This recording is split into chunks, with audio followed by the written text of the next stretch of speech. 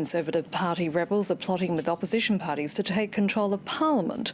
They want to tie the government's hands with legislation that will block a no-deal exit, which they say will devastate the nation's economy. Let's cross now to London to get more from our correspondent Bénédicte Paviot. Bénédicte, Boris Johnson there issuing an enormous threat to any potential rebel members of his own party. Tell us a little bit more about that.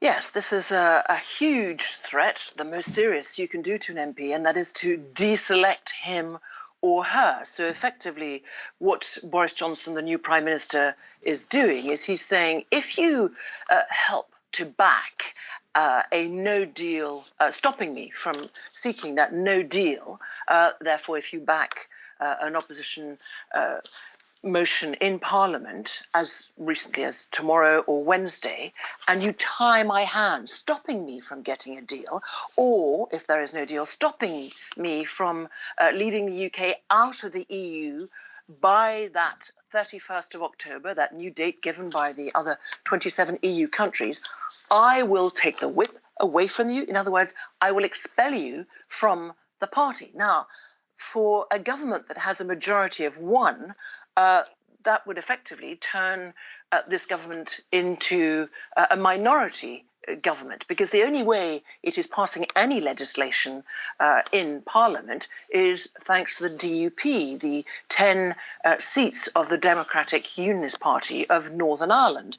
So this is quite extraordinary. But the breaking news here is Downing Street and the Prime Minister are, as we speak, really, there are live discussions going on, and they're very much considering calling a snap general election. And I understand that there's going to be an emergency cabinet meeting this afternoon around 5 p.m. London time. So the stakes are extremely high. The threats are very serious. And this is very clearly an absolute showdown that we are heading towards as Parliament will reconvene after the summer recess tomorrow afternoon. Bénédicte, given what you've just told me, let me just ask you this question. I mean, you and I were talking before about Boris Johnson's endgame, and there's been a lot of speculation that all of this chaos is leading to what he's wanting, a snap election. It certainly looks like we're heading in that direction, doesn't it?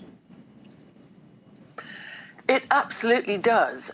Already, when the Prime Minister announced last week that he would seek, and he then did obtain within hours, that permission with the head of state, the Queen, to prorogue Parliament, in other words, to suspend Parliament sitting, and that it would reconvene as of the 14th of October. And that is, he said, for that Queen's speech to set out his government's domestic agenda.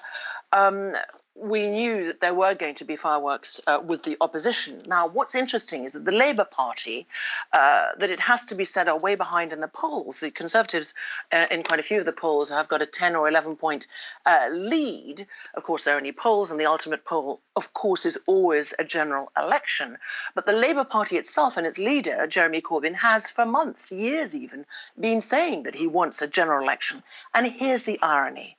Under the fixed-term Parliament, we now have parliamentary sessions of 5 years, or governments for 5 years. So in order, if Boris Johnson, if that is his endgame anyway, to call a general election, guess who he needs? He needs Jeremy Corbyn and Labour MPs to vote for it. Why? Because what is needed is 2/3 of MPs to vote for a general election to be held. So confrontation coming up, showdown, OK Corral, absolutely, all guns blazing from 2:30 London time tomorrow. And what we understand is the Labour Party and the other, with the aid of other opposition MPs, rebel Conservatives, Liberal Democrats in opposition, the Scottish National Party, and some independent MPs, are going to try for an emergency debate. They will try and pass a law very quickly through the lower chamber, the House of Commons, the upper chamber, the House of Lords.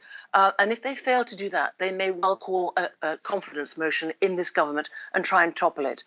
Stand by for real fireworks, and let's see what comes out of the cabinet meeting this afternoon.